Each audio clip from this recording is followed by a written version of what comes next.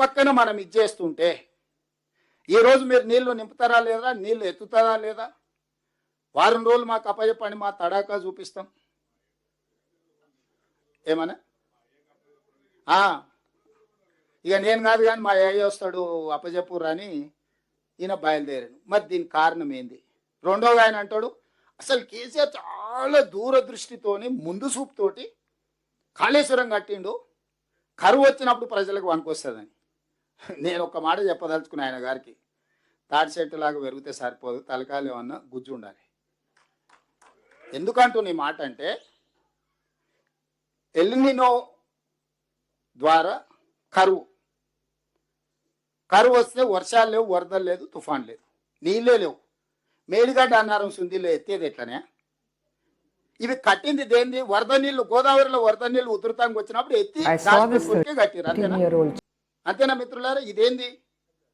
దీని బేస్ ఏంది? ఫ్లడ్ వస్తుంది, ఫ్లడ్ వచ్చినప్పుడు వరద జలాలు 90 రోజులు వస్తాయి, 90 రోజులలో రోజుకు 2 టీఎంసీలు అయితే 180 టీఎంసీలు తీసుకెళ్లి వేరే వేరే రిజర్వాయర్లలో మనం పోసుకోవాలనేది కదా మొత్తం ఈ ప్రాజెక్టు యొక్క ఫిలాసఫీ. మొత్తం స్థూలంగా ఈ ప్రాజెక్టు యొక్క ఆలోచన, అంచనా, నిర్మాణం ఉధృతంగా వరద జలాలు వచ్చినప్పుడు ఆ వరద జలాలు పోయి బంగాళాఖాతంలో కలవకుండా ఎంబడెంబడి వెతుకొని పక్కకు తీసుకెళ్ళి దాచిపెట్టుకోవాలనేది పెట్టినాం. ఎలినో వచ్చి కరువు వచ్చింది, వర్షాలు వస్తలేవు అంటే చూసినావా మా మామ ఎంత మేధావి, వర్షాలు రానప్పుడు కూడా మేడిగడ్డలు నీళ్ళు ఎత్తిపోయినకే డిజైన్ చేసిండు అని అల్లుడు చెప్తుండు. ఏమన్నా అసలు అంటే basic sense or common sense or అసలు కనీస అవగాహన పరిజ్ఞానం ఉన్నోడన్న మాట్లాడే మాటలేనా? ఇక అమాయకంగా ఉన్నోళ్ళు ఉంటే అరే నిజంగానే ఇక్కడంతా కరువు వచ్చింది, మేడిగడ్డ సుందిల్ల అన్నారం నుంచి నీళ్ళు ఎత్తిపోసి ఉంటే మాకందరికి నీళ్ళు వచ్చాయి కదా అని ఉత్తర తెలంగాణ రైతులందరినీ భ్రమలు కల్పించడానికి. వర్షమే వస్తలేదు, నీళ్ళే వస్తలేవు అంటే వరద ఎడికెళ్ళి వచ్చే, వరద వస్తే ఒడిచిపట్టుకోవడానికి ఉన్న అవకాశం ఏంది? ఎత్తిపోసేది ఏంది? ఈ ప్రాజెక్టే ప్రాణహిత చేవెళ్ళ కావచ్చు, లేకపోతే పేరు మార్చిన కాళేశ్వరం కావచ్చు, అత్యధిక వర్షము, వరద, తుఫాను వచ్చినప్పుడు 2-3 వేల టీఎంసీ సముద్రంలో కలుస్తున్నాయి. ఎంబడెంబడే ఇందులోకి వెళ్ళి పంపులు, లిఫ్టులు, బ్యారేజ్లతో ఎత్తిపోసి శ్రీపాద ఎల్లంపల్లి నుంచి బయటికి తీసుకొచ్చి మల్లన్న సాగరు, కొండపోచమ్మ, రంగనాయక సాగరు, రకరకాల రిజర్వాయర్లు అప్ టు చేవెళ్ళ వరకు నీళ్లు ఫటాఫట్గా తరలించేసి అన్ని పంపులు, లిఫ్టులు పనిచేపించి ఆ నీళ్లు తీసుకెళ్ళి రిజర్వాయర్లలో నల్లు వచ్చినప్పుడు మనం ఇంట్లో బిందెలలో, కుండలలో, చెంబులలో, లేకపోతే బకెట్లలో పట్టి పెట్టుకుంటాం. గంటసేపు నల్లు వస్తే ఏం చేస్తాం? ఇంట్లో ఎన్ని ఖాళీ ఉన్నాయో అన్ని నింపి పెట్టుకొని ఆ పక్కకు పెట్టుకుంటాం. మళ్ళీ 24 గంటలు నల్లు వచ్చే వరకు పొదుపుగా వాడుకుంటాం. ఇదే సూత్రం ప్రాణహిత చేవెళ్ళ కావచ్చు, లేకపోతే ఈరోజు కాళేశ్వరం. అసలు నల్లనే రాలేదు, బిందెలలో నింపు, కుండలలో నింపు, బకెట్లలో పట్టేసి పైన ట్యాంక్కి ఎక్కి మా మామ అయితే అద్భుతంగా ఎక్కిస్తున్నాడని అల్లుడు సర్టిఫికెట్ ఇస్తున్నాడు. ఈరోజు ఈ అన్నిటి పరిస్థితులకు కొడుకేమో మా అయ్య కప్పచెప్ప అని, అల్లుడేమో మా మామ ఎంత గొప్ప సూత్రం కనిపెట్టిండో చూడండి అని నేను ఒకటే అడగదలుచుకున్నా. ఇవాళ 9.5 ఏళ్ళు మీకు అప్పచెప్తే 8,21,000 కోట్ల రూపాయలు అప్పులు చేశారు. 3 ఏళ్లలోనే 38,000 కోట్ల రూపాయల ప్రాణహిత చేవెళ్ళ ప్రాజెక్టులను 1,47,000 కోట్ల రూపాయలకు అంచనా పెంచి 1,02,000 కోట్ల రూపాయలు పేమెంట్ చేసి కట్టి ప్రారంభించిన 3 ఏళ్లలోనే కాళేశ్వరం కాస్త కూలిపోయి కూలేశ్వరం అయి కూర్చున్నది. మీకు అందిస్తే చేసిన నిర్వాకం అనేది దీన్ని విధ్వంసం అంటారు. ఫైనాన్షియల్ టెర్రరిస్ట్ అంటారు ఇంగ్లీష్లో. ఆర్థిక ఉగ్రవాది. ఉగ్రవాదం రకరకాలుగా ఉంటుంది, కానీ ఆర్థిక ఉగ్రవాద కుటుంబం కేసీఆర్ కుటుంబం. కేసీఆర్, కేటీఆర్, హరీష్ ఆర్థిక ఉగ్రవాదులు. తెలంగాణ యొక్క ఆర్థిక మూలాలను దోపిడీ చేయడమే కాకుండా విధ్వంసం చేసిండ్రు. దీనికి ప్రజా కోర్టులో మొదటి విడతగా ఒక తీర్పు ఇచ్చిండ్రు, 2వ విడతగా గుండుసున్న చేసిండ్రు, 3వ విడతగా ఇంకా చేయాల్సింది ముందుంది.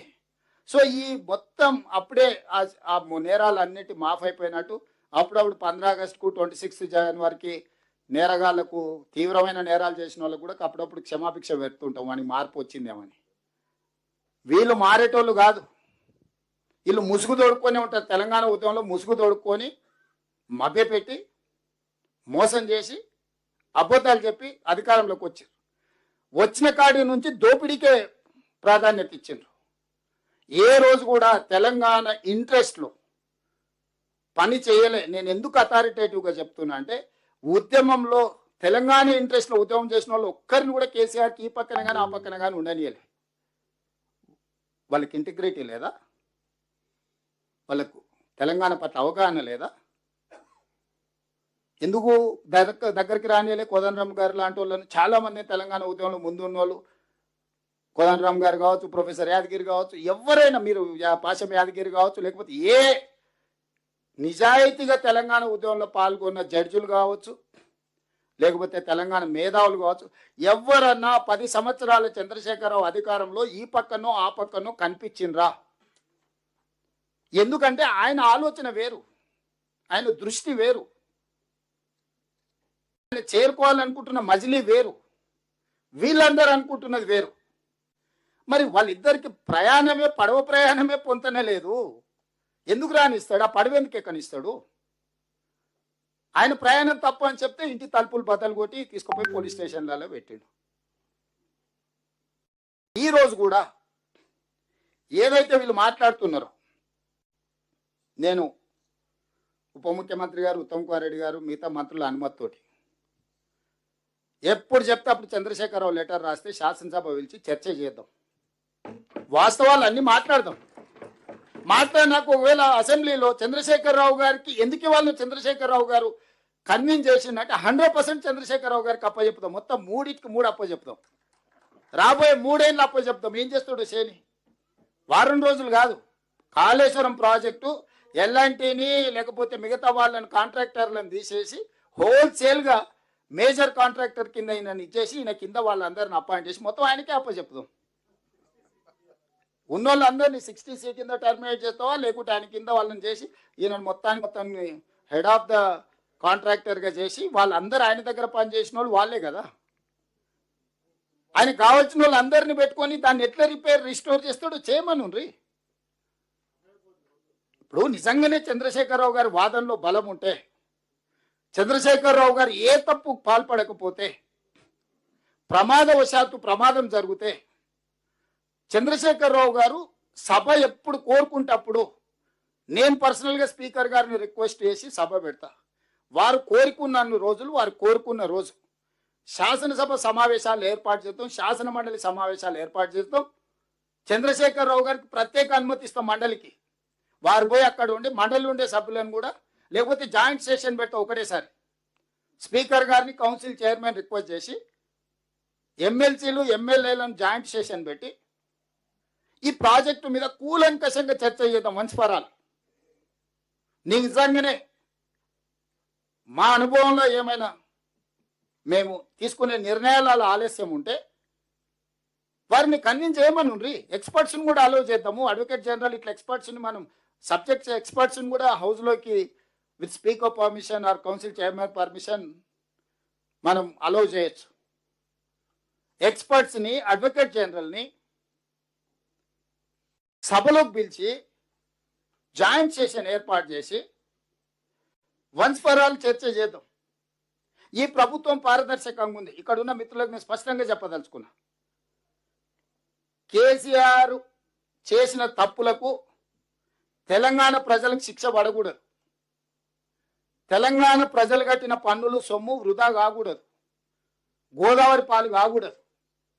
చాలా ప్రాజెక్టులు కేసీఆర్ కట్టిన వాటిని వినియోగిస్తలేమా? సెక్రటేరియట్ కట్టిన వాడుకుంటూ వదిలేసినామా? తమిళనాడులో అట్లనే కడితే దాన్ని వేరే దానికి ఇచ్చిండ్రు. ఇంకొకటి ఏదన్నా కేసీఆర్ ఏదన్నా చెప్తే ప్రజలకు పనికొచ్చేది ఉంటే షాదీ ముబారక్ అయినా, కళ్యాణ లక్ష్మి అయినా, రైతు బంధు అని ఆయన పెడితే దాన్ని 2000 పెంచి రైతు భరోసా చేసి ఇంకా పెంచి ఇచ్చినాం కదా. ఇది కూడా ఆయన కోసం కట్టుకుంటే మేము ప్రజల కోసం వాడుతూనే ఉన్నాం కదా. దీన్ని ప్రజాభావం చేసి ప్రజలకు అందరికి అవకాశం ఇచ్చినాం కదా. ఎవరైనా రావచ్చు, ఎవరైనా పోవచ్చు, ఎవరైనా చూడవచ్చు. అయితే సీతక్క దగ్గర లేకపోతే బట్టల దగ్గర షాయిది అయిపోవచ్చు. సమయానికి వస్తే భోజనం కూడా పెడతారు వాళ్ళు. ఎవరిని ఈ గేట్లు ఎప్పుడైనా మూసిండ్రా? ఈ డిసెంబర్ 7, 2023 తర్వాత ఎవరైనా వస్తపోతే చూడాలి. ఎప్పుడైనా గేట్ బంద్ అయిందా? ఆ రోజు గద్దరాన్ని వస్తే బయట గంటల కొద్ది ఎండ కూసబెట్టారు. మనం వచ్చిన తర్వాత ఇది ఎప్పుడైనా మూత పడ్డదా? నిత్యాన్నదానం జరిగినట్టు ఇక్కడ అందరూ వచ్చిపోతానే ఉన్నారు కదా, చిన్నది పెద్దది ఏదున్నా ప్రజలకు ఏ రకంగా వాడుకుని ఆయన ఉద్దేశం ఏ ఉద్దేశంతో కట్టినా ప్రజలకు ఉపయోగపడేది ఉంటే ఆ ఉద్దేశాన్ని మార్చినాం తప్ప వినియోగాన్ని ఆపలేదే. నిజంగానే ఇయ్యాల మేడిగడ్డ అన్నారం సుందిల్లా ప్రజలకు ఉపయోగపడేది ఉంటే రాత్రి మొదలు పోయి కూర్చొని చేపించి వినియోగించే వాళ్ళము. నిజంగా ఏమి చెయ్యలేని నిస్సహాయ పరిస్థితులు ఉన్నాము, అసహనంగా ఉన్నాము, బాధ కోపం కూడా ఉంది. 1,00,000 కోట్లు పెట్టింది, ఇట్లా అయిపోయింది. నేరగళ్ళని శిక్షించలేకపోతున్నాం, దీన్ని వినియోగించలేకపోతున్నాం. అధికారం వచ్చి 30 నెలలు అయింది.